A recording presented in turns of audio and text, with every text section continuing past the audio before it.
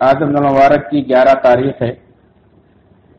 سورہ یونس کی آیت نمبر 17 اور 18 کے حوالے سے درس قرآن کا عنوان ہے سب سے بڑا ظالم کون؟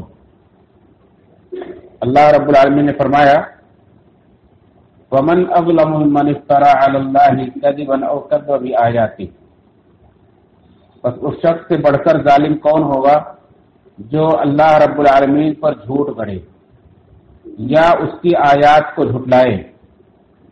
إِنَّهُ لَا يُفْلِحُ الْمُجْرِمُونَ، بے شک مجرم لوگ کبھی فلاح نہیں پا سکتے، کامیاب نہیں ہو سکتے۔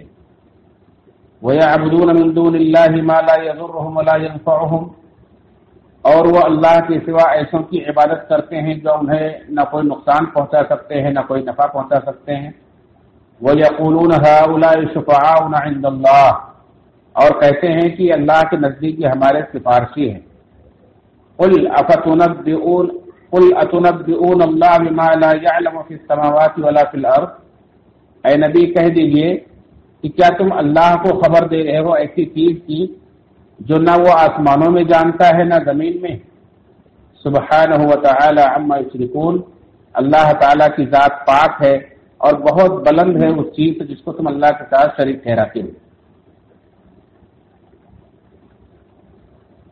ان آیات کریمہ کے اندر اللہ رب العالمین نے 3 قسم کے لوگوں کو سب سے بڑا ظالم قرار دیا ہے۔ فرمایا فمن اظلم ممن افترا، اس سے بڑھ کر ظالم کون ہوگا، یعنی سب سے بڑے ظالم یہ لوگ۔ استفہام انکاری ہے، یعنی اس سے بڑھ کر کوئی ظالم ہو ہی نہیں سکتا ہے، سب سے بڑے ظالم یہی لوگ ہیں۔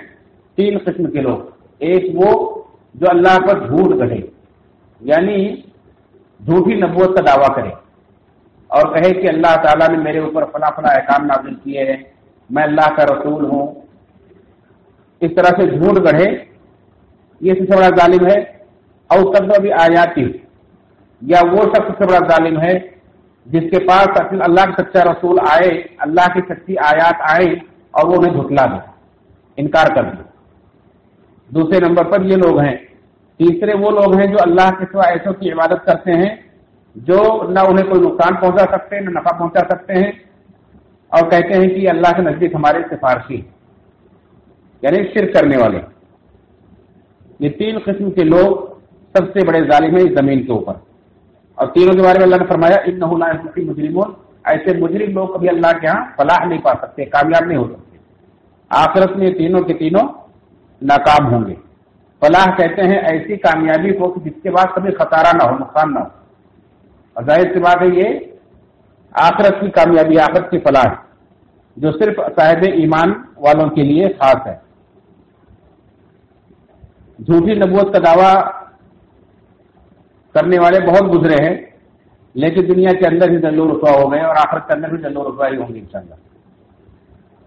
سچے اور جھوٹے نبی کے اندر زمین و آسمان کا فرق ہوتا ہے، جو ایک معمولی انسان بھی فوراً پہچان لیتا ہے۔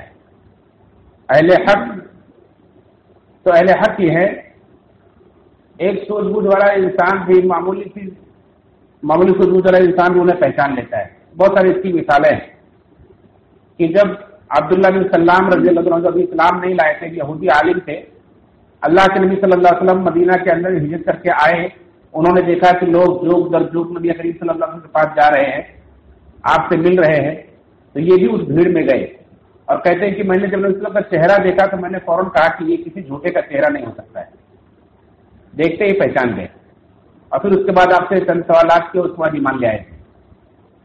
اسی طرح سے عمر بن عاص رضی اللہ عنہ ایک عظیم صحابی، یہ بھی جب اپنے یہ ایمان نہیں لائے تھے، جو حالت شرک میں تھے، یہ ایک دم آخر میں ایمان لائے ہیں فتح مکہ کے موقع پر۔ جب یہ حالت شرک میں تھے تو اس وقت مسلمہ کذاب ان کا دوست تھا جس نے جھوٹی نبوت کا دعویٰ کیا تھا۔ یہ ان کا واقعہ تفسیر کثیر کے اندر بیان کیا گیا کہ یہ گئے مسلمہ کذاب کے پاس، تو اس نے کہا کہ مسلمانوں کے نبی پر کیا نازل ہوا ہے؟ تو انہوں نے کہا کہ میں سنتا ہوں لوگ ایک چھوٹی سی سورت تلاوت کرتے ہیں، ہے تو بڑی چھوٹی سی لیکن بہت اہم ہے۔ کہا وہ کیا ہے؟ کہا ایک سورت ہے والعصر ان الانسان لفی خسر الا الذین آمنوا وعملوا الصالحات وتواصوا بالحق وتواصوا بالصبر۔ ये छोटी सी सूरत इस वक्त नाज़िल हुई। तो उसने कहा कि मेरे ऊपर भी ऐसे ही सूरत नाज़िल हुई। कहा वो क्या है, कहा सुनाओ।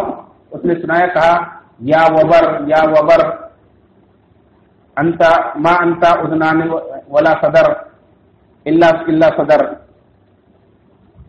इस तरह से उसने झूठी आयतें कह करके बयान किया कि ऐ जंगली चूहे तेरे पास जो कान है, सीना है, और वला हकर वला नकर, इस तरह से उसने कुछ अल्फाज पढ़े। तो अमर बिन आस कहते हैं कि उस वक्त मैंने कहा कि ऐ मुसलमान, तू जानता है कि जो बातें तू पेश कर रहा है ये झूठी है। अल्लाह के नबी सल्लल्लाहु अलैहि वसल्लम के ऊपर जो बातें नाज़िल होती हैं वो कितनी सच्ची हैं कि एक मुशरिक भी गवाही दे सकता है कि हाँ ये बातें किसी इंसान की बनाई हुई नहीं है। लेकिन मुसलमान ने झूठी बातें घर कर पेश की तो उन्होंने फौरन पकड़ लिया, कहा कि तू झूठी बात कर रहे हैं। तो इस तरह से सच्चे झूठे नबी के अंदर ये फर्क होता है। इसी तरह से दरअसल इससे पहले की आयत में अल्लाह के नबी सल्लल्लाहु अलैहि वसल्लम अपनी नबूवत को साबित कर रहे हैं कि मैं तुम्हारे दरमियान एक मुद्दत से रहा हूं, मैंने कभी तुम्हारे दरमियान से कोई झूठा दावा नहीं किया, कोई झूठी बात नहीं की। अगर अल्लाह ना चाहता तो मैं तुम्हें क्यों ये अल्लाह की बातें बताता। दरअसल मैं तो अल्लाह की तरफ से नाज़िल करता वही की पैरवी कर रहा हूँ, और मैं जानता हूँ कि अगर मैं अल्लाह के ऊपर झूठी बात गढ़ूंगा तो ये सबसे बड़ा जुल्म होगा, मैं सबसे बड़ा जालिम हूंगा और मैं कभी कामयाब नहीं हूंगा। इसी तरह ये भी जानता हूँ कि मैं अल्लाह का सच्चा नबी हूँ, और मैं जो आयतें लेकर आया और तुम झुठला रहे हो, तुम सबसे बड़े जालिम बन रहे हो और तुम भी कभी कामयाब नहीं होंगे।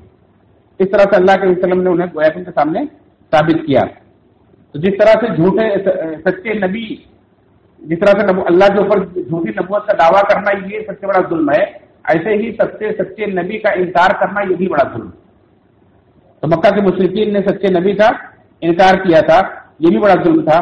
इसी तरह से अल्लाह के साथ जो लोग शिर्क करते हैं और कहते हैं कि हम इन्हें नफा नुकसान का मालिक नहीं मानते, बल्कि हम इन्हें अल्लाह के नजदीक अपना सिफारशी मानते हैं कि अल्लाह ही नफा नुकसान का मालिक है, सारी कायनात का खालिक मालिक अल्लाह ही है, हम मानते हैं उसको।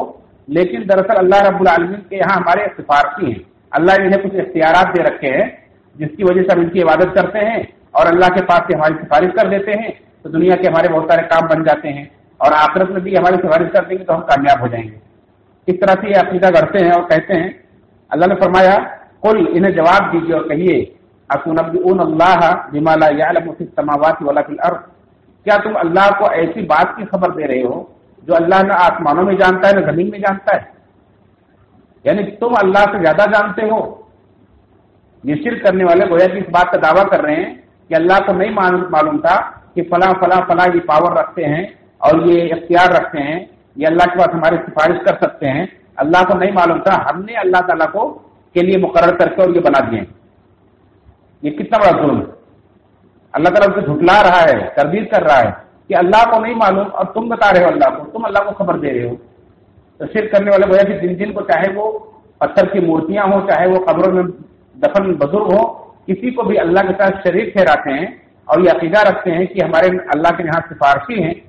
तो गोया कि ऐसे ही दावा कर रहे हैं लोग कि ये अल्लाह के पास इख्तियार रखते हैं।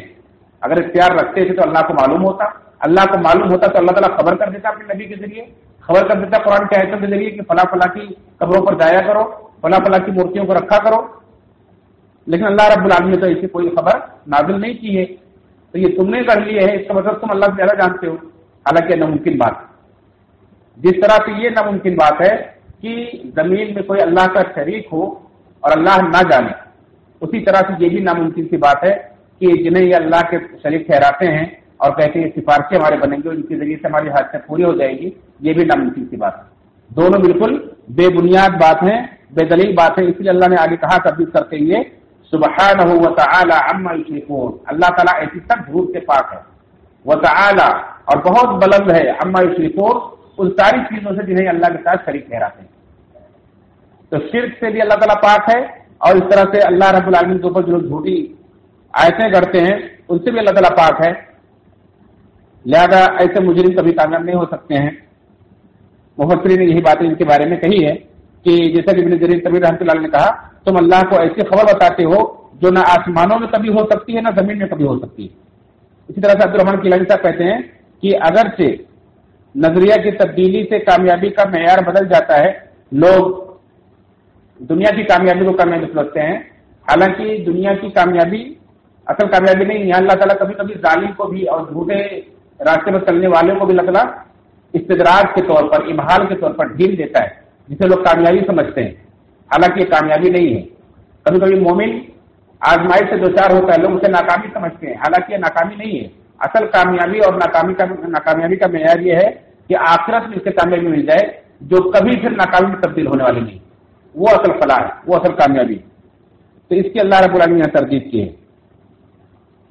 اللہ رب سے دعا رب العالمین ہم سب کو ایسے تمام ظلم سے بچائے جو اللہ کی نگاہ میں، اللہ کے رسول صلی اللہ علیہ وسلم کی نگاہ میں سب سے بڑا ظلم ہے.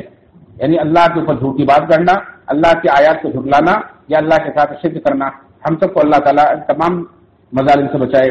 آمین. تقبل یا رب العالمین.